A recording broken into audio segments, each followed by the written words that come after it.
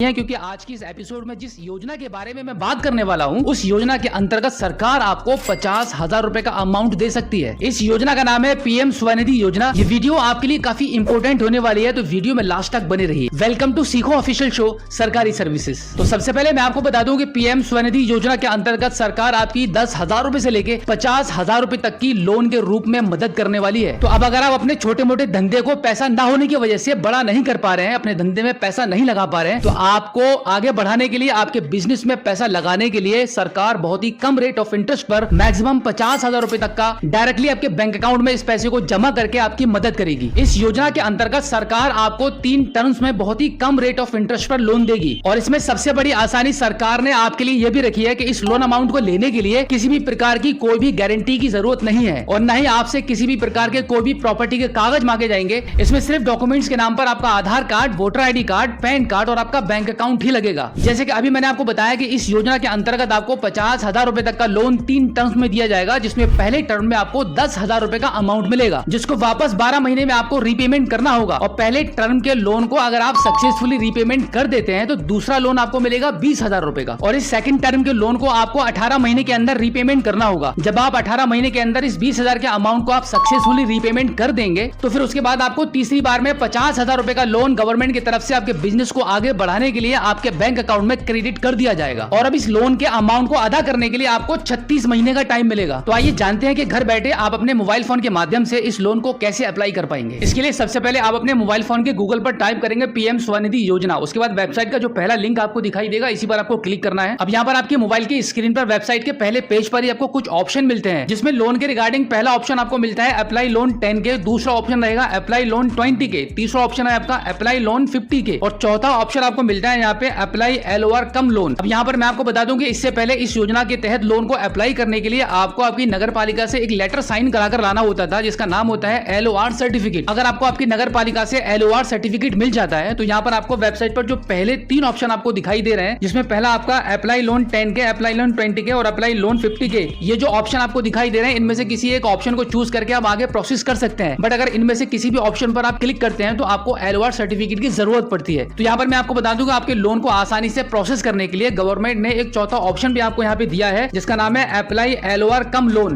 तो इसी लिंक पर आपको क्लिक करना है अगर आपके पास एलओआर सर्टिफिकेट नहीं है। अब यहाँ पर आपके लोन के प्रोसेस को आगे बढ़ाने के लिए आपका मोबाइल नंबर एंटर करेंगे और रिक्वेस्ट ओटीपी पर आप क्लिक कर देंगे। अब आपके मोबाइल नंबर पर एक ओटीपी भेजा गया है, उस ओटीपी को यहाँ पे एंटर करेंगे और वेरीफाई ओटीपी पर आप क्लिक कर देंगे। अब इसके आगे का प्रोसेस आपके आधार कार्ड के नंबर के थ्रू होने वाला है। इसको आप थोड़ा सा ऊपर के साइड में स्क्रॉल करेंगे तो यहाँ पे आपको 2 ऑप्शन मिलते हैं। सी वाले ऑप्शन का मतलब रहेगा कि अगर आपके पास एलओआर सर्टिफिकेट है तो आप सी वाले ऑप्शन को चूज करेंगे, और अगर आपके पास एलओआर सर्टिफिकेट नहीं है तो डी वाले ऑप्शन को चूज करके नेक्स्ट कर देंगे। अब यहाँ पर आपका आधार वेरिफिकेशन होने वाला है, तो यहाँ पर आपका आधार कार्ड का नंबर एंटर करके नीचे कैप्चा कोड फिल करेंगे और वेरीफाई विद ओटीपी वाले ऑप्शन पर आप क्लिक करेंगे। अब आपके आधार कार्ड के रजिस्टर्ड मोबाइल नंबर पर ओटीपी जाएगा, उस ओटीपी को यहाँ पे एंटर करेंगे और वेरीफाई पर क्लिक कर देंगे। अब आप देखेंगे आपका आधार कार्ड वेरिफिकेशन हो चुका है। अब इसको थोड़ा सा ऊपर की साइड में स्क्रॉल करेंगे तो यहाँ पे आपको यूएलबी इन्फॉर्मेशन फिल करनी होगी। जैसे कि यहाँ पे सबसे पहले आपको आपका स्टेट चूज करना होगा, जिस भी स्टेट से आप बिलोंग करते हैं वो स्टेट चूज कर लेंगे। उसके बाद यहाँ पर आपको आपका डिस्ट्रिक्ट चूज करना होगा। डिस्ट्रिक्ट चूज करने के बाद अब आपको आपकी यूएलबी चूज करनी होगी, यानी कि आपकी जो भी म्यूनिसिपैलिटी है उसका नाम यहाँ पे चूज कर लेंगे। एंड देन आपका वार्ड नेम लिखेंगे, वार्ड नंबर लिखेंगे। उसके बाद यहाँ पे पर्सनल इन्फॉर्मेशन आपको फिल करनी होगी। सही तरीके से सभी पर्सनल इन्फॉर्मेशन को फिल करने के बाद नीचे की साइड में आ जाएंगे, यहाँ पे आपका केवाईसी डॉक्यूमेंट्स आपको लिखा हुआ दिखाई देगा। केवाईसी डॉक्यूमेंट्स के नीचे आप देखेंगे आपका टोकन नंबर यहाँ पे जनरेट हो चुका है। अब इसके नीचे आप देखेंगे वोटर आईडी कार्ड नंबर। यहाँ पर आपका voter ID card number enter करना मैंडेटरी है। आपके पास वोटर आईडी कार्ड भी होना चाहिए इस लोन एप्लीकेशन को फिल करने के लिए। उसके बाद अब आपको यहाँ पर आपकी फैमिली डिटेल्स को फिल करना होगा। नंबर ऑफ फैमिली मेंबर्स के नीचे आप सिलेक्ट वाले ऑप्शन पर क्लिक करेंगे तो यहाँ पे आपको ये दर्शाना होगा कि आपकी फैमिली में कितने मेंबर्स हैं। जितने भी मेंबर्स होंगे उनको चूज करेंगे। उसके बाद आपके सभी फैमिली मेंबर्स की यहाँ पे डिटेल्स को फिल करेंगे, जैसे कि नाम, रिलेशन विद एप्लीकेंट, एज। तो इस प्रकार से आपके सभी फैमिली मेंबर्स की डिटेल्स को यहाँ पे प्रॉपर फिल कर देंगे। उसके बाद थोड़ा सा इसको ऊपर की साइड में स्क्रॉल करेंगे तो यहाँ पे आपका जो ई केवाईसी एड्रेस है वो ऑलरेडी फिल है आपके आधार कार्ड के अकॉर्डिंग। तो यहाँ पे कुछ भी फिल करने की जरूरत नहीं है। बस आपको क्या करना है कि करंट एड्रेस पर सेम एज एबव जो लिखा हुआ है इस वाले बॉक्स पर आप टिक करेंगे तो ऊपर जो आपकी डिटेल फिल है वो ऑटोमेटिकली नीचे भी आपकी डिटेल्स फिल हो जाएगी। अब आप देखेंगे यहाँ पर आपको वेंडिंग एक्टिविटी का ऑप्शन मिलता है। यहाँ पर आपको नेम ऑफ एक्टिविटी चूज करनी पड़ती है। इस पर आप क्लिक करेंगे तो आप देखेंगे यहाँ पे बहुत सारे काम काज के नाम आ चुके हैं। तो जो भी आपका काम है, जिस रिलेटेड आप बिजनेस करते हैं, वो यहाँ पर आप चूज करेंगे। उसके बाद यहाँ पर आप देखेंगे प्लेस ऑफ वेंडिंग, आप जो काम करते हैं वो कहाँ पे करते हैं। आपके बिजनेस की फिक्स लोकेशन है, आपकी कहीं शॉप है या फिर आप चल फिर कर काम करते हैं, तो जैसा भी आपका रहेगा उस ऑप्शन को आप यहाँ पर चूज कर लेंगे। उसके बाद ड्यूरेशन ऑफ वेंडिंग, कितना समय हो चुका है, किस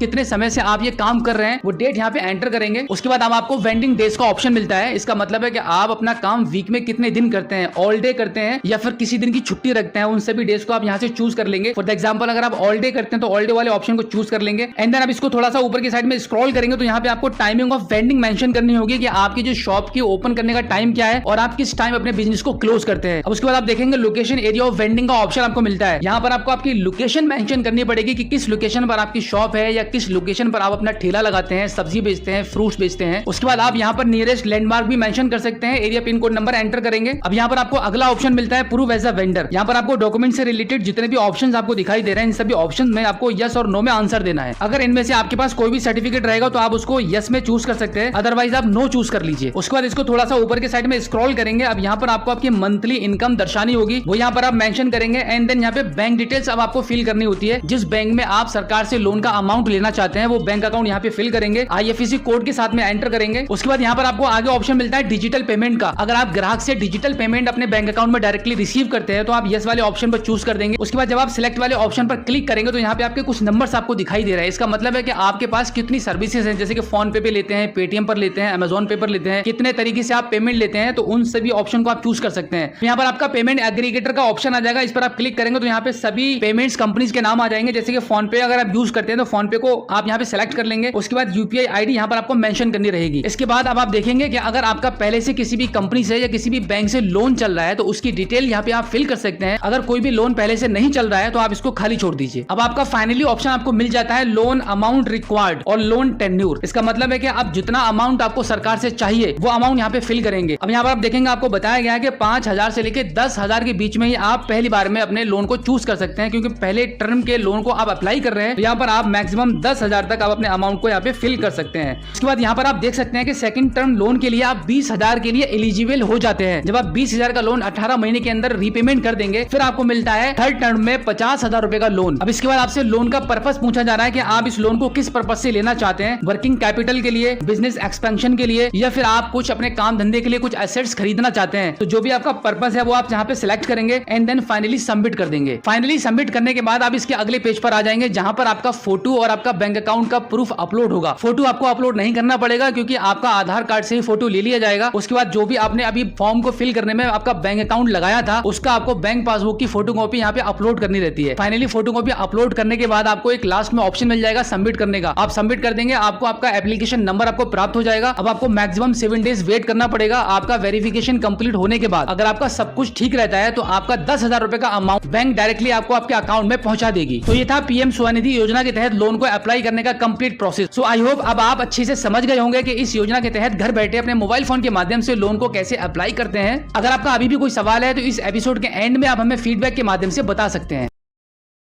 अगर आपके माइंड में बिजनेस शुरू करने के लिए एक अच्छा आइडिया है और आपको लगता है कि अगर आपके पास पैसा हो तो आप एक अच्छा बिजनेस खड़ा कर सकते हैं, तो आपने एकदम सही वीडियो पर क्लिक किया है, क्योंकि सरकार को आप जैसे बिजनेस शुरू करने की इच्छा रखने वाले लोगों की जरूरत है। वीडियो काफी इंपोर्टेंट है तो एपिसोड में लास्ट तक मेरे साथ बने रहिए। वेलकम टू सीखो ऑफिशियल शो सरकारी सर्विसेज। प्रधानमंत्री एम्प्लॉयमेंट जनरेशन प्रोग्राम स्कीम के थ्रू आप 50 लाख रुपए तक बिना किसी गारंटी के लोन ले सकते हैं, जिसमें आपको 35% तक की सब्सिडी भी मिलती है। वैसे आपको सुनने में काफी मुश्किल लगता होगा कि भाई इतना बड़ा लोन बिना किसी गारंटी के कैसे मिल सकता है, तो एक बार प्राइम मिनिस्टर मोदी जी को भी सुन लीजिए कि इस योजना के बारे में क्या कहते हैं। बिना गारंटी मांगे, जब बैंक आपसे गारंटी नहीं मांगती है तो आपकी गारंटी मोदी देता है। अब पीएमईजीपी के तहत सरकार से बिजनेस करने के लिए लोन लेना काफी आसान है, बस आपको इसका सही तरीका पता होना चाहिए। तो चलिए सिर्फ 5 मिनट दीजिए और 10 लाख रुपए का लोन पक्का। इसके लिए आप अपने मोबाइल फोन के गूगल पर टाइप करेंगे जन समर्थ, उसके बाद वेबसाइट के इस पहले लिंक पर आप क्लिक कर देंगे। सरकार की इस जन समर्थ वेबसाइट के ओपन होने के बाद आप देखेंगे लोन से संबंधित काफी सारी स्कीम्स के नाम आपको यहाँ पे दिख जाएंगे, जिसमें आपको बिजनेस एक्टिविटी लोन पर आकर चेक एलिजिबिलिटी वाले ऑप्शन पर क्लिक करना है। अब यहाँ पे अदर बिजनेस लोन वाले ऑप्शन पर क्लिक करेंगे, यहाँ पर न्यू पर क्लिक कर दीजिए, यहाँ यस कर दीजिए और यहाँ पर नो कर दीजिए। अब आगे आपके बिजनेस का जो भी नेचर है उसको आप सिलेक्ट कर लीजिए, जैसे कि हमने यहाँ पे मैन्युफैक्चरिंग सिलेक्ट कर लिया है। अब जेंडर और कैटेगरी को चूज करेंगे, उसके बाद यहाँ पे नो कर दीजिए। अब यहाँ पर भी नो कर दीजिए। अब आपकी लोकेशन को चूज कर लीजिए। अब बेनिफिशियरी वाले ऑप्शन पर क्लिक करके इंडिविजुअल चूज कर लीजिए। अब यहाँ पर आपको आपके प्रोजेक्ट की कॉस्ट को एंटर करना होगा कि आप जो बिजनेस शुरू करने वाले हैं उसमें कितना पैसा लगेगा। अब इस कॉलम में वो अमाउंट एंटर कर दीजिए जितना आप खुद का पैसा लगाने वाले हैं। अब इसके बाद कैलकुलेट एलिजिबिलिटी वाले ऑप्शन ऑप्शन पर क्लिक कर दीजिए। अब आप देखेंगे PMEGP स्कीम के तहत आपने जो एलिजिबिलिटी चेक करने के लिए डिटेल्स को फिल किया था उसके मुताबिक आपको 7 लाख रुपए तक की लोन की रिक्वायरमेंट है, जिसमें आपको बनेगा वो 7,100 रुपए का बनेगा और आपको यहाँ पे 15 साल का लोन टेन्यूर भी प्रोवाइड किया जा रहा है। अब आप लॉग इन टू अप्लाई वाले ऑप्शन पर क्लिक करेंगे। अब यहाँ पर आपका मोबाइल नंबर और इस कैप्चा कोड को एंटर करके टर्म्स एंड कंडीशन को एक्सेप्ट करेंगे। उसके बाद गेट OTP वाले ऑप्शन पर क्लिक कर देंगे। अब आपके मोबाइल नंबर पर जो OTP आया है उस OTP को जैसे ही आप एंटर करेंगे तो वो ऑटोमेटिकली वेरीफाइड हो जाएगा। अब इस लोन में अप्लाई करने के लिए आप प्रोसीड कर दीजिए। अब यहाँ पर आपके द्वारा फिल की गई डिटेल्स का रिव्यू करके एक बार इसको कंटिन्यू कर दीजिए। अब यहाँ पर आप प्रोसीड करेंगे। अब आप गवर्नमेंट के नए पोर्टल KVIConline.gov.in पर आ जाएंगे। अब यहाँ पर आपको अप्लाई करने का ऑप्शन मिलेगा, इस पर आप क्लिक कर दीजिए। अब इस फॉर्म को आपको केयरफुली फिल करना होगा। तो सबसे पहले यहाँ पर आपका आधार कार्ड का नंबर एंटर करेंगे। उसके बाद यहाँ पे आपका टाइटल चूज कर लेंगे, आपका नाम एंटर करेंगे। इसके बाद इस ऑप्शन पर क्लिक करके आपकी एजेंसी को चूज करेंगे। अगर आप रूरल एरिया से बिलोंग करते हैं तो आप DIC को चूज कर लीजिए। अब यहाँ पर आपका स्टेट और डिस्ट्रिक्ट चूज करेंगे। अब यहाँ पर आपके स्पॉन्सरिंग ऑफिस की डिटेल्स आ जाएगी, यानी कि इस फॉर्म को फिल करने के बाद जो डिटेल्स आपकी पहुंचने वाली है वो इस कार्यालय पर पहुंचेंगी, तो इसको आप सेलेक्ट कर लीजिए। अब यहाँ पर आपका जेंडर सेलेक्ट करके आपकी डेट ऑफ बर्थ को एंटर करेंगे। अब यहाँ से आपकी सोशल कैटेगरी को चूज कर लेंगे। अब इसके बाद आपकी क्वालिफिकेशन को चूज करेंगे। सिलेक्ट वाले ऑप्शन पर क्लिक करके आपको यहाँ से आपकी क्वालिफिकेशन को चूज करना होगा। इस स्कीम में अप्लाई करने के लिए मिनिमम 8th पास आपका होना चाहिए, तो यहाँ पे हम 12th पास वाले ऑप्शन को चूज कर लेते हैं। अब इसके बाद कॉलम नंबर 12 में आपका कम्युनिकेशन एड्रेस फिल करेंगे। कंप्लीट एड्रेस आपको यहाँ पे मेंशन करना होगा आपके मोबाइल नंबर के साथ। अब यहाँ पर यूनिट लोकेशन के लिए सिलेक्ट वाले ऑप्शन पर क्लिक करके इनमें से कोई एक ऑप्शन को चूज कर लेंगे। अब इसके बाद कॉलम नंबर 14 में आपको आपका यूनिट एड्रेस लिखना होगा कि आप अपने बिजनेस को कौन से पते पर शुरू करने वाले हैं, वो कंप्लीट एड्रेस आप यहाँ पे मेंशन कर दीजिए। अब यहाँ पे टाइप ऑफ एक्टिविटी वाला ऑप्शन आ जाएगा, इस पर आप क्लिक करेंगे तो आपको ये बताना होगा कि आप जो बिजनेस शुरू कर रहे हैं उसका क्या नेचर है, मैन्युफैक्चरिंग, सर्विस, ट्रेडिंग क्या करना चाह रहे हैं। तो सबसे पहले हमने मैन्युफैक्चरिंग वाले ऑप्शन को चूज किया था, तो यहाँ पर भी हम मैन्युफैक्चरिंग को चूज कर लेते हैं। अब इसके बाद सिलेक्ट इंडस्ट्री वाले ऑप्शन पर क्लिक करेंगे यहाँ पे। अब यहाँ पर सर्च वाले ऑप्शन पर क्लिक करके ये बताना होगा कि आप किस इंडस्ट्री में अपनी मैन्युफैक्चरिंग शुरू करने वाले हैं, उसका नाम यहाँ पे सर्च करेंगे। जैसे कि हम यहाँ पे फूड लिख देते हैं। अब यहाँ पे काफी सारी कैटेगरीज ओपन हो चुकी हैं। अब आपके मुताबिक जिस भी कैटेगरी में आप मैन्युफैक्चरिंग कर रहे हैं उसको आप यहाँ से चूज कर लेंगे। अब इसके बाद अगर आपने EDP ट्रेनिंग ली है तो आप इस पर क्लिक करेंगे तो यस कर देंगे, अगर नहीं लिया तो आप नो पर टिक कर देंगे। अब यहाँ पर आपको आपकी प्रोजेक्ट कॉस्ट बतानी होगी। बिल्कुल इसी प्रकार से आपको आपकी प्रोजेक्ट कॉस्ट को यहाँ पे मेंशन करना है और आगे आपको यहाँ पे नंबर बताने हैं कि आपके इस प्रोजेक्ट में कितने लोगों को आपने रोजगार दिया है। अब यहाँ से आपका बैंक चूज करेंगे कि आपका किस बैंक में सेविंग या करंट अकाउंट है, तो इस पर आप क्लिक करके आप जिस भी बैंक से लोन लेना चाहते हैं या जिस भी बैंक में आपका खाता है उसको आप चूज कर लेंगे। जैसे कि हम यहाँ पे स्टेट बैंक ऑफ इंडिया को चूज कर रहे हैं। अब इसके बाद select bank IFSC code and address वाले ऑप्शन पर क्लिक करके यहाँ से आपके बैंक के IFSC कोड और एड्रेस को चूज कर लेंगे। अब इसके बाद आपको एक अल्टरनेट बैंक भी चूज करना है, तो इस पर आप क्लिक करके आप कोई एक और दूसरा बैंक यहाँ से चूज कर लेंगे। जैसे कि हमने यहाँ से ICICI बैंक को चूज कर लिया है। अब बिल्कुल इसी तरीके से सिलेक्ट बैंक IFSC कोड पर क्लिक करके आप अपने बैंक के IFSC कोड को चूज कर लेंगे। अब यहाँ पर कॉलम नंबर 22 पर CGTM SC का लाभ उठाने के लिए सिलेक्ट वाले ऑप्शन पर क्लिक करके इसको यस कर लेंगे। अब इसके जस्ट नीचे सिलेक्ट वाले ऑप्शन पर क्लिक करके आपको जो बताना होगा कि इस स्कीम के बारे में आपने कहां से सुना है, तो आप जो भी ऑप्शन आपको अच्छा लगता है उसको आप चूज कर लीजिए। तो इस प्रकार से इस पूरे फॉर्म को कंप्लीटली फिल करके टर्म्स एंड कंडीशन को एक्सेप्ट करेंगे और यहाँ पे सेव एप्लीकेशन डेटा पर क्लिक कर देंगे। अब इसके बाद स्कोर कार्ड का ऑप्शन आ जाएगा। जैसे ही आप इस पर क्लिक करेंगे तो कुछ इस प्रकार से काफी सारे सवाल आपसे पूछे जाएंगे जिसमें आपके 60 से अधिक मार्क्स आने चाहिए। सभी सवालों के सही से आंसर देने के बाद कुछ इस प्रकार से आपके टोटल मार्क्स आपको दिख जाएंगे। अब आपको आगे डॉक्यूमेंट्स को अपलोड करना होगा, तो अब अपलोड वाले ऑप्शन पर क्लिक करेंगे जिसमें आपको आपका passport size photo, project profile और आपका एजुकेशन सर्टिफिकेट अपलोड करना रहता है और फिर आप इसको फाइनली सबमिट कर देंगे। सबमिट करने के बाद आपका एप्लीकेशन एजेंसीज और नोडल ऑफिसर को भेज दिया जाता है और फिर जैसे ही आपका एप्लीकेशन अप्रूव होता है आपकी डिटेल्स को बैंक को भेज दिया जाता है और बैंक को जैसे ही आपकी डिटेल्स प्राप्त होती हैं आपका लोन का अमाउंट बिजनेस को स्टार्ट करने के लिए आपके बैंक अकाउंट में भेज दिया जाता है। तो बिल्कुल इसी प्रकार से बिना किसी गारंटी के आप इस स्कीम के तहत अपने बिजनेस को स्टार्ट करने के लिए सरकार के द्वारा इस लोन को प्राप्त कर सकते हैं। सो आई होप अब आप अच्छे से समझ गए होंगे कि घर बैठे मोबाइल फोन के माध्यम से बिना किसी गारंटी के PMEGP स्कीम के तहत लोन कैसे ले सकते हैं। अगर आपका अभी भी कोई सवाल है तो इस एपिसोड के एंड में आप हमें फीडबैक के माध्यम से बता सकते हैं।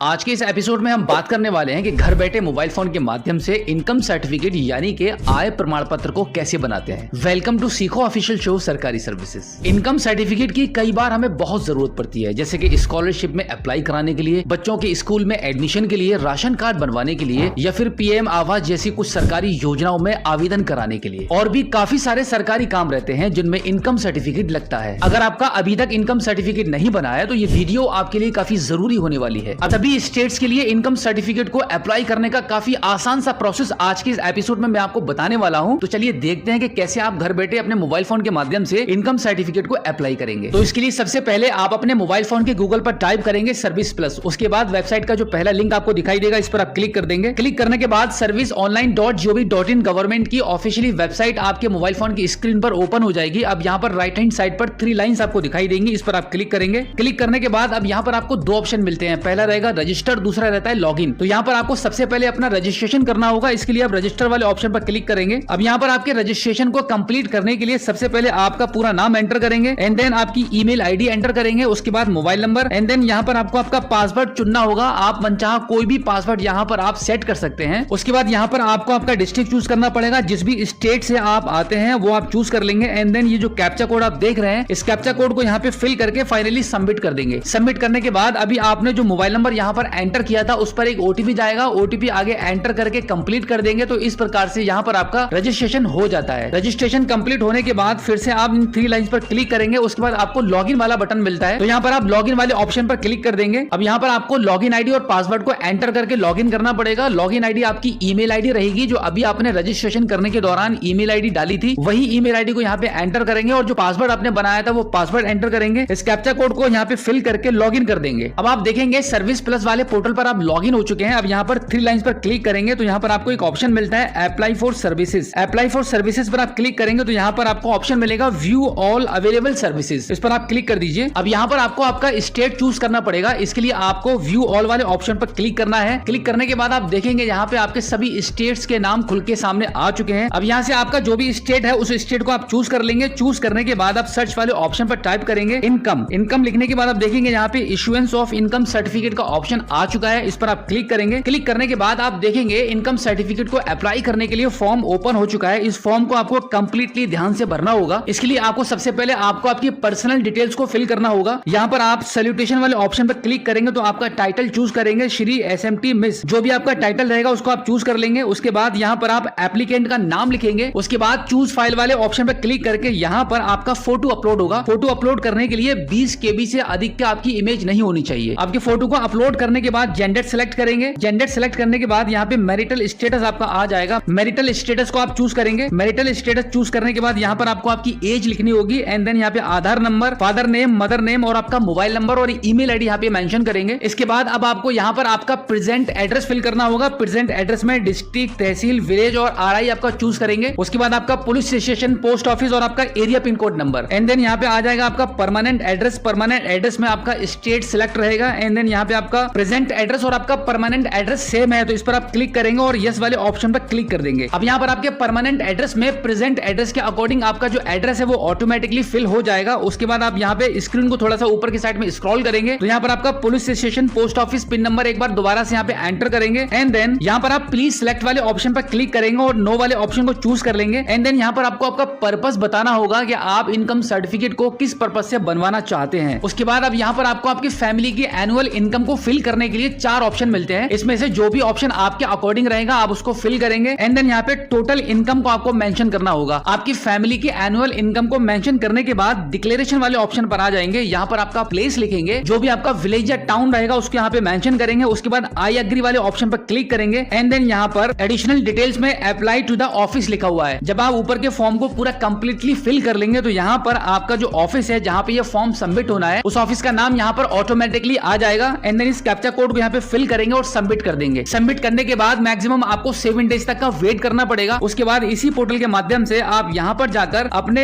एप्लीकेशन के स्टेटस को चेक भी कर सकते हैं। यहाँ पे लिखा हुआ व्यू स्टेटस ऑफ एप्लीकेशन, इस पर आप क्लिक करेंगे तो ट्रैक कर पाएंगे और जब आपका एप्लीकेशन जनरेट हो जाएगा तो आप इस पोर्टल के माध्यम से अपने सर्टिफिकेट को डाउनलोड भी कर पाएंगे। तो अभी जो मैंने आपको सर्विस प्लस पोर्टल के माध्यम से इनकम सर्टिफिकेट को अप्लाई करने का जो प्रोसेस बताया है जो पूरे भारत के सभी स्टेट्स के लिए है, लेकिन फिर भी इस पोर्टल के माध्यम से सभी स्टेट में इनकम सर्टिफिकेट को अप्लाई करने का ऑप्शन अवेलेबल नहीं है। तो अगर आप इस पोर्टल पर लॉगिन करके देखते हैं कि आप जिस भी स्टेट से बिलोंग करते हैं उस स्टेट में इनकम सर्टिफिकेट का ऑप्शन अगर नहीं आ रहा है तो फिर उसके लिए आपको जैसे कि एग्जांपल के तौर पर मैं आपको बता देता हूं कि अगर आप यूपी से बिलोंग करते हैं तो आपको आपके मोबाइल फोन के गूगल पर टाइप करना पड़ेगा यूपी ई डिस्ट्रिक्ट। अगर आप दिल्ली से बिलोंग करते हैं तो आप लिखेंगे दिल्ली ई डिस्ट्रिक्ट। बिल्कुल इसी प्रकार से आप जिस भी स्टेट से बिलोंग करते हैं गूगल पर आपका स्टेट का नाम लिखेंगे, ई डिस्ट्रिक्ट लिखेंगे, एंटर कर देंगे तो इस प्रकार से गूगल पर आपको आपके स्टेट का ई डिस्ट्रिक्ट पोर्टल प्राप्त हो जाएगा। उसको ओपन करके लॉगिन करके आप अपने इनकम सर्टिफिकेट को कभी भी अप्लाई कर सकते हैं। इनकम सर्टिफिकेट को अप्लाई करने का प्रोसेस समथिंग सभी स्टेट्स का बिल्कुल सेम है। सो आई होप आप अच्छे से समझ गए होंगे कि इनकम सर्टिफिकेट को घर बैठे मोबाइल फोन के माध्यम से कैसे अप्लाई करते हैं। अगर आपका अभी भी कोई सवाल है तो इस एपिसोड के एंड में आप हमें फीडबैक के माध्यम से बता सकते हैं।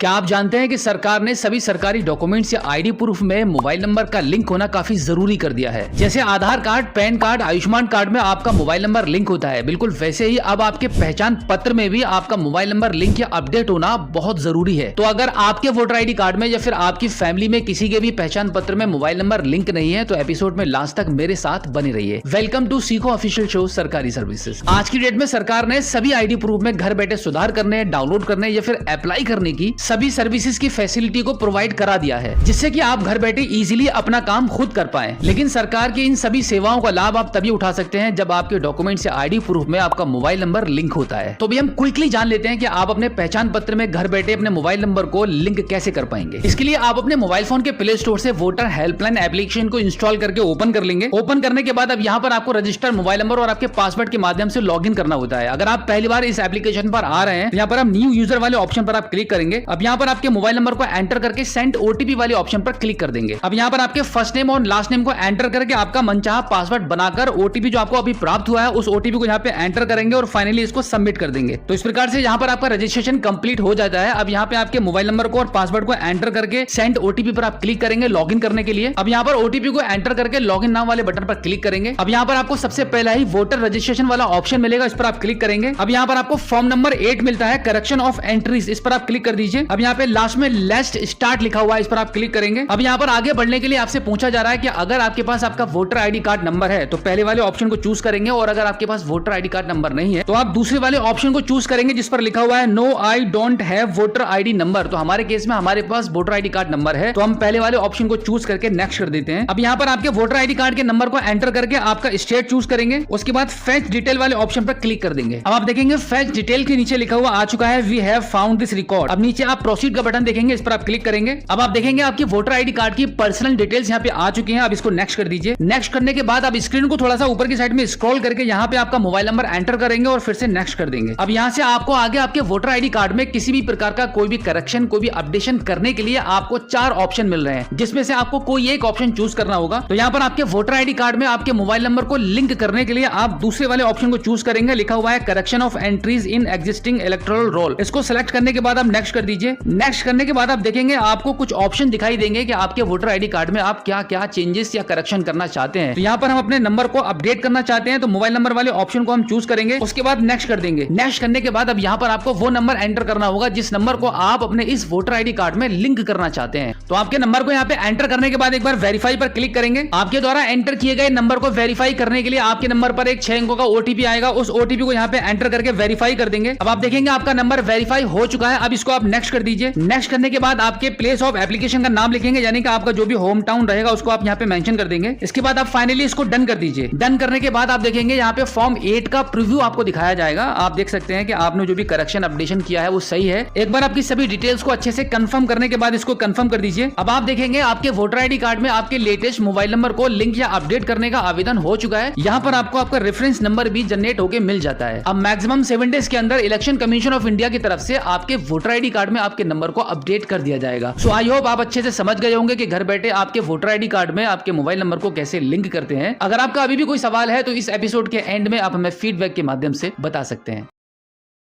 क्या आप जानते हैं कि आपका ये वोटर आईडी कार्ड 2025 में कभी भी निरस्त किया जा सकता है? इसके रिगार्डिंग सभी वोटर आईडी कार्ड धारकों के लिए एक जरूरी अपडेट आ चुकी है। तो आप सभी के लिए ये वीडियो काफी इंपॉर्टेंट है, तो एपिसोड में लास्ट तक मेरे साथ बने रहिए। वेलकम टू सीखो ऑफिशियल शो सरकारी सर्विसेज। देखिए, अभी आपके पास जितने भी आईडी प्रूफ हैं उनमें से आधार कार्ड टेक्निकली सबसे अलग और जरूरी आईडी कार्ड बन चुका है, क्योंकि आधार कार्ड से घर बैठे किसी भी योजना या विभाग में ई-केवाईसी से लेकर बैंक में अकाउंट ओपन करने तक काफी आसान हो चुका है। और अब जमीन को भी आधार से लिंक किया जा रहा है, यानी कि हर जरूरी चीज आपके आधार कार्ड से जोड़ी जा रही है। और अब बिल्कुल इसी तरीके से सरकार ने वोटर आईडी कार्ड को भी आधार कार्ड से जोड़ना अब काफी जरूरी कर दिया है। तो अब अगर आप 2025 में ऐसा नहीं करते हैं तो आपका जो वोटर आईडी कार्ड है वो कभी भी निरस्त किया जा सकता है। तो अभी अपना वोटर आईडी कार्ड अपने हाथ में उठा लीजिए और मेरे साथ फटाफट आधार से इसको लिंक कर लीजिए। इसके लिए सबसे पहले आप अपने मोबाइल फोन के प्ले स्टोर से वोटर हेल्पलाइन एप्लीकेशन को इंस्टॉल करके ओपन करेंगे। अब यहाँ पर आपके मोबाइल नंबर और पासवर्ड के थ्रू लॉगिन करना होता है। अगर आप पहली बार इस एप्लीकेशन पर आए हैं तो यहाँ पे आप न्यू यूजर वाले ऑप्शन पर क्लिक करके अपना एक अकाउंट बना लेंगे। उसके बाद इस एप्लीकेशन पर आप लॉगिन कर लेंगे। इसके बाद मोबाइल नंबर और पासवर्ड को एंटर करके सेंड ओटीपी वाले ऑप्शन पर क्लिक करेंगे। अब यहाँ पर ओटीपी एंटर करके लॉगिन नाउ वाले बटन पर क्लिक कर देंगे। तो आप इस प्रकार से इजीली वोटर हेल्पलाइन एप्लीकेशन में लॉगिन हो जाएंगे। अब यहाँ पर आपको सबसे पहला ही ऑप्शन मिलता है वोटर रजिस्ट्रेशन, इस पर आप क्लिक कर